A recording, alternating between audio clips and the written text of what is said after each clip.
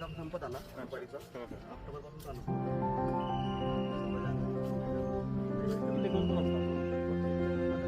हिरवे जे असतात ना ते साधारण ब्राउनिश असे होऊन जातात. 1-2-4 उन्हा लावले की ते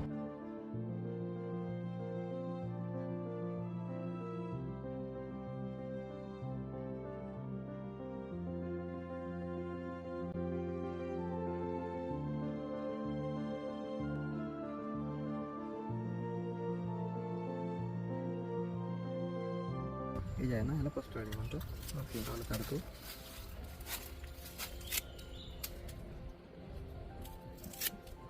हे साल काढण्याचा उद्देश काय तर इथला जो मॉइश्चर आहे तो लॉस होऊन जातो. साधारण 45-50 दिवस याला वाळवली ना उन्हामध्ये की हे खडखडीत होऊन जाते एकदम. आणि मग आता जर तुम्ही फोडायला गेले तर फुटणार नाही ती. एकदा सुकल्याच्या नंतर एकदा चाकून हे केलं की म्हणजे सेम नारळासारखंच का? नारळाचं पण नारळाला असं ना, नारळाला ते असं सोलावं लागतं त्याच्याने. अशीच प्रोसिजर आहे त्याची पण. असं हे केलं की इथून पटकन सुपारी आतमध्ये भेटते. मग दाखवतो मी स्पष्ट आलेली.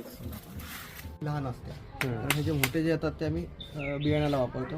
लहान सुपारीचे मगाशी दाखवल्याप्रमाणे साली काढून साधारण 40 ते 45 दिवस आपण ज्याला उन्हात वाळवतो त्यावेळेला मग हे असं अशी सुपारी मिळते. हा सगळ्यात लहान ग्रेड म्हणायला काय हरकत नाही. ह्याच्यात ग्रेडिंग होतं. मोठी, त्यानंतर मध्यम, त्यानंतर थोडी असं. त्याच्यावरती त्याची नावं दिली गेली आहेत. मोहरा, मोती, वचरास, जिनी.